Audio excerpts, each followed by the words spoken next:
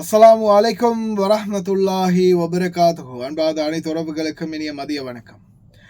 ரொம்ப நாளைக்கு அப்புறமா யுத்தம் ஓரளவுக்கு முடிவுக்கு வர கட்டம். ரொம்ப நாளைக்கு அப்புறமா இன்றைக்கி தான் இந்த ஸ்டூடியோவை ரெடி பண்ணியிருக்குது. இந்த லைட்டு செட்டப் எல்லாம் ரெடி பண்ணுறது கிட்டத்தட்ட ஒரு அரை மணி நேரமாவது போகும். அந்த அளவுக்கு நம்மளுக்கு கடந்த காலங்களில் நேரமே கிடைக்காததால் எல்லாம் அப்படியே தூக்கி போட்டாச்சு. கிடைக்கிற இடங்களில் வச்சு வீடியோ ரெடி பண்ணியாச்சு. இனி வரும் நாட்களில் இந்த ஸ்டுடியோ மெயின்டைன் பண்ண ட்ரை பண்ணணும். அன்பார்ந்த உறவுகளே, பல சந்தோஷமான செய்திகள் இந்த நேரத்தில் வெளியாகிட்டு இருக்கக்கூடிய தருணமாக இருக்குது. ரொம்ப சந்தோஷம். ஸ்ட்ரைட் ஆஃப் ஹார்மஸ் திறந்து ஈரான் அமெரிக்க யுத்தம் நிறைவடைந்தால் உண்மையிலேயே பலருக்கும் சந்தோஷம். ஏன்னா உலக நாடுகள்லேயே பல நாடுகள் உட்பட வெளிநாட்டு தொழிலாளர்கள் உட்பட அனைவருமே இனி வரும் காலங்களில் நிம்மதியான பெருமூச்சு விடலாம் அப்படின்றது தான் இந்த ஸ்ட்ரைட் ஆஃப் ஹார்மஸ் பிரச்சனைக்கு கிடைக்கிற மெயினான தீர்வு. இன்ஷா அல்லாஹ் எதிர்வரும் வெள்ளிக்கிழமை ஃபைனலைஸ் பண்ணி கையெழுத்துறதா சொல்லியிருக்கிறாங்க. பார்ப்போம் இன்ஷா அல்லாஹ். இடையில இந்த இஸ்ரேல்கார ஏதாவது குட்டிக்காரனை அடிக்காம விட்டா சரிதான்.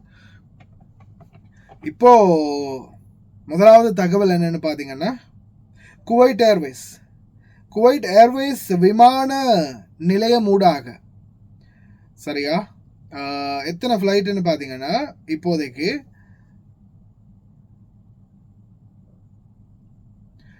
குவைட் ஏர்வேஸ் முனையம் ஊடாக Gulf Air, Etihad Airways, Emirates, Qatar Airways, இது 4க்கும் இப்போதைக்கு பெர்மிஷன் கிடைச்சிருக்குது. ஏன்னா நிறைய பேர் கேட்டிருந்தாங்க, யாலாங்கா வருமா, இண்டிகோ வருமா, வேறு மற்ற ஆகாஷா வருமா, அது வருமா, இது வருமானு. ஆனால் இப்போதைக்கு அந்த ஏன்னா அடுத்தது நீங்கள் நல்லா நினச்சிக்கோங்க, நல்லா திங்க் பண்ணிக்கோங்க. குவைட் ஏர்வேஸ்ன்றது ஒரு சின்ன விமான நிலையம், ஒரு விமான நிலையம். இப்போ அதுக்குள்ளே அவங்களுக்குரிய அந்த கவுண்டர் செக்ஷன், சாதாரணமாக அவங்களுக்கு எந்த கவுண்டர் செக்ஷன் எத்தனை இருக்குதோ அந்த கவுண்டர் செக்ஷனை வச்சு தான் குவைட் ஏர்வேஸை மெயின்டைன் பண்ணணும். அதே மாதிரி மற்ற ஏர்வேஸ்களுக்கும் சான்சஸ் கொடுக்கணும்.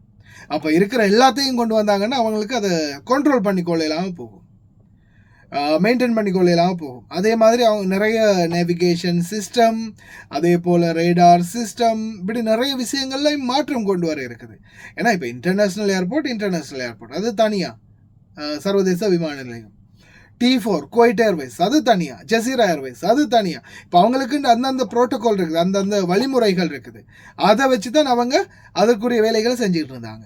அப்போ இதை திடீர்னு அவங்களுக்கு இன்னும் சில ஃப்ளைட்டுகள் எக்ஸ்ட்ராவாகுது, இன்னும் சில ட்ராவல் ஷெடியூல் எக்ஸ்ட்ராவாகுதுன்னும் போது அந்த சிஸ்டம் மேனேஜ்மெண்ட்டுக்கு ஒரு பதட்ட நிலை, அதே மாதிரி நிறைய ப்ரெஷர் ஆகும்.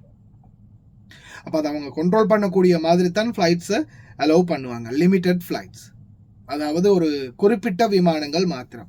அதில் இப்போதைக்கு கிடைத்திருக்கக்கூடிய தகவல் என்னென்னு அந்த வீடியோக்கு அட்டாச் பண்ணுறேன் பாருங்கள்.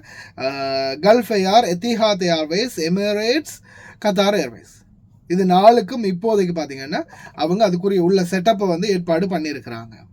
இன்ஷா அல்லாஹ் எதிர்வரும் நாட்களில் இதனுடைய அடுத்த கட்டம் என்ன அப்படின்றதும் தெரிய வந்துடும். அதே மாதிரி பார்த்தீங்கன்னா குவைத்துடைய சர்வதேச விமான நிலையம் T2, உங்களுக்கு தெரியும் சர்வதேச விமான நிலையம் T2 புதுசாக கட்டிக்கிட்டு இருக்கிறாங்க.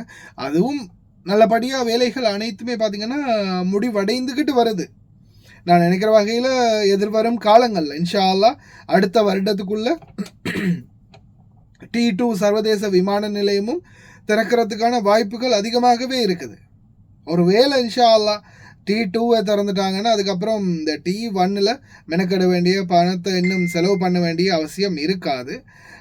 பார்க்கலாம். அதே போல் இப்போதைக்கு வரைக்கும் நீங்கள் டிக்கெட் புக் பண்ணுறவங்க இப்போதைக்கு வரைக்கும் குவைட் ஏர்வேஸ், ஜசீராவை மட்டுமே டிக்கெட் புக் பண்ணிக்கோங்க.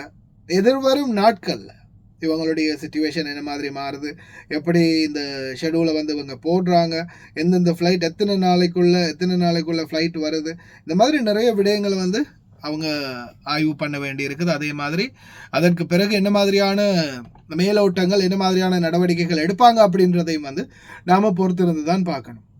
அதனால் இப்போதைக்கு குவைட் ஏர்வேஸ் ஜெசிரா ஏர்வேஸில் டிக்கெட் புக் பண்ணிக்கோங்க.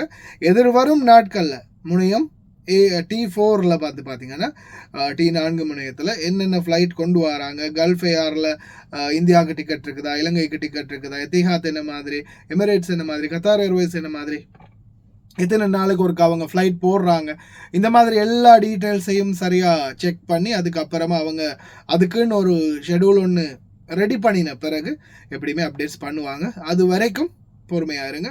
இன்ஷா அல்லாஹ் அனைத்தும் சுமூகமாக முடியணும் அப்படின்னு பிரார்த்தனை பண்ணுவோம். தயாராக இருங்க. الكويت ما يوقفنا شيء بإذن الله عز وجل. الآن مطار T4 والمخصص للخطوط الجوية الكويتية أصبح يستقبل أو قريبا سيستقبل بإذن الله عز وجل طيران الاتحاد والخليج والإماراتية والقطرية، بالإضافة طبعا للخطوط الجوية الكويتية.